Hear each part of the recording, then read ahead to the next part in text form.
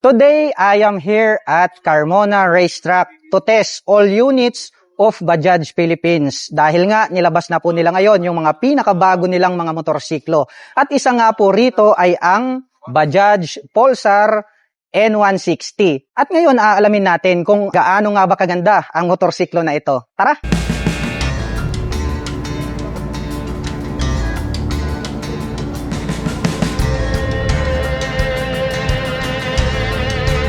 Ang lupit po pala ng dating ng body and design nito pong pinakabagong Bajaj Pulsar N160. Para po siyang semi-big bike, ayan o, street fighter na motorcycle. Ang bangis ng kanyang dating. Ito pong kanyang main headlight ay meron po siya ritong napakalaki na projector lights. Asahan natin napakaliwanag ng buga ng ilaw nito. At meron po siya ritong daytime running light na parang nagsisilbing kanyang mga kilay. Mayroon din naman po siya ritong combination na gray and white na decal. Red color po ito pong kanyang front face cover. At located po pala rito sa bandang itaas, ito pong kanyang mga LED na turn signals. At ito pong kanyang front suspension, nangingibabaw yung kulay, gold color. At ito po pala ay gumagamit ng inverted forks. O, di ba? Ito po makakapagbigay po ito ng magandang bouncing performance dahil nga naka-inverted forks po siya. Meron po siya ritong light reflector at combination po pala ng black at red dito pong kanyang front fender. At ito po ay equipped with single rotor disc brake with 2-pot caliper na black color. Mayroon na rin po pala itong ABS, naka-dual channel po ito. Mayroon po siya rito sa harapan hanggang doon po sa likuran. Kaya yan yung isa sa mga kanyang best safety features. Itim po ang kulay, ito pong kanyang cast wheel at ang sukat po ng kanyang gulong rito sa harapan ay mayroong sukat na 100 by 80/17. Tubeless na po ito. Dumako naman po tayo rito sa bandang itaas. Silipin naman po natin ito pong kanyang meter panel display. Naka fully digital po ito. At nandirito po pala sa magkabila ito pong kanyang mga light indicators. Gumagamit ng mechanical key para po sa kanyang ignition. At ito po ay naka-naked handlebar na gray color. Para sa akin dapat black color na lang yung nilagay rito, no? Gray color po kasi siya. At pagdating naman po rito sa kanyang mga button selectors, meron po itong high beam and low beam. Meron po siya ritong additional selector na M. May nakalagay na M rito. Nandito po yung kanyang turn signal selector at yung kanyang horn. Habang dito naman po sa kabila, mayroon po siyang engine kill switch. May on and off. Ito pong kanyang main headlight. At nandito po yung kanyang electric starter. Itim po ang kulay. Ito pong kanyang mga handle grip. Black color din po. Ito pong kanyang clutch lever. Itim din po ito pong kanyang front brake lever. Ito pong kanyang stock na side mirrors. Dahon type po siya. At ito pong kanyang fuel tank. Ayan o, napaka-bulky.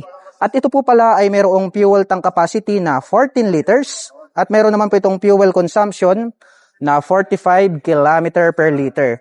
Nagkaroon po pala siya rito ng decal sa kanyang top cover. At gray color naman po ito pong kanyang fuel tip. At may makikita po tayo rito na napakalaki na Pulsar na gray color na 3D emblem. At dito po pala sa front, mayroon po pala siya ritong additional na USB Type-A port. So yun ang kagandahan, no?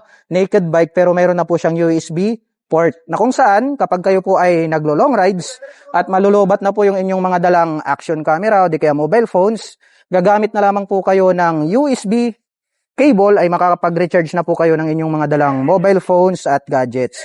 Ang brusko, nito pong kanyang tank extension dito sa harap, naka V-shape design yan. May nakalagay naman po rito na decal na N160, yung kanyang model name.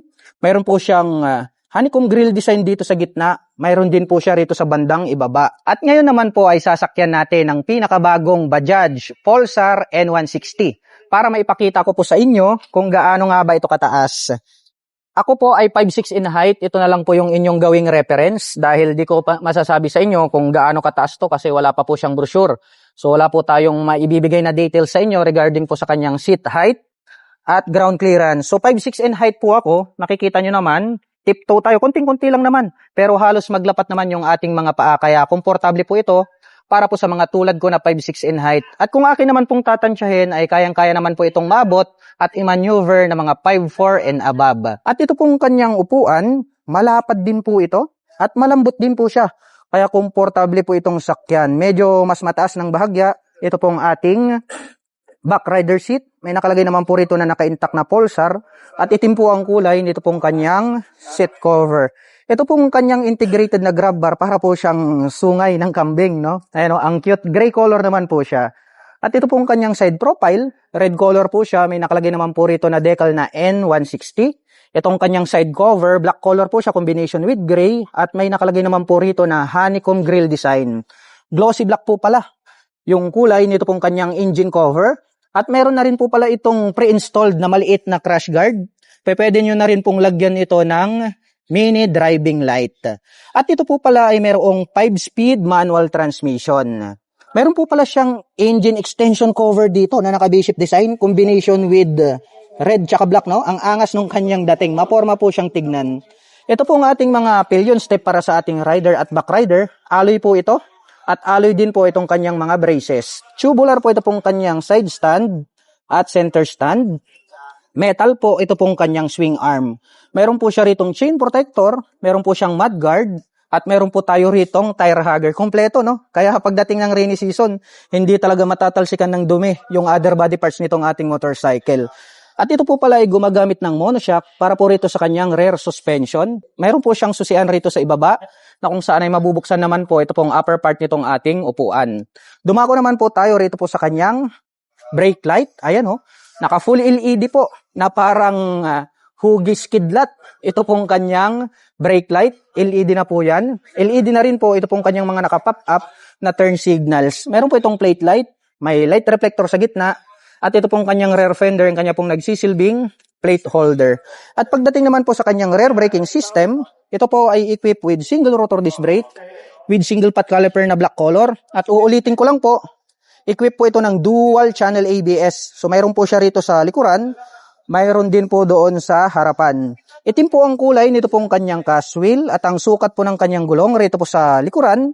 Ito po ay mayroong sukat na 130 by 70/17. Tubeless na po ito. At ito pong kanyang exhaust pipe, no? The same lang din po pala doon sa 125cc. Kasi nga naka-hide po ito pong kanilang mga exhaust pipe, no? Ang cute ng kanyang dating, astig lang, no? Mayroon naman po itong single exhaust.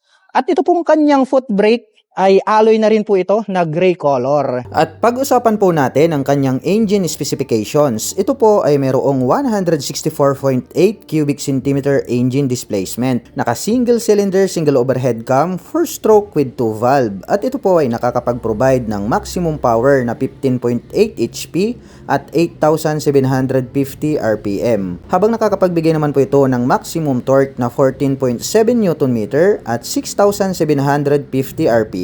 At ang presyo po ng Bajaj Pulsar N160 ay nagkakahalaga po ito ng 115,888 pesos. At siya nga po pala, para po sa mga nakapanood ng video na ito at interesado po kayong maglabas, nito pong pinakabagong Bajaj Pulsar N160 ay maaari nyo po akong i-message at i-PM para matulungan ko po kayo na makapaglabas ng inyong dream motorcycle.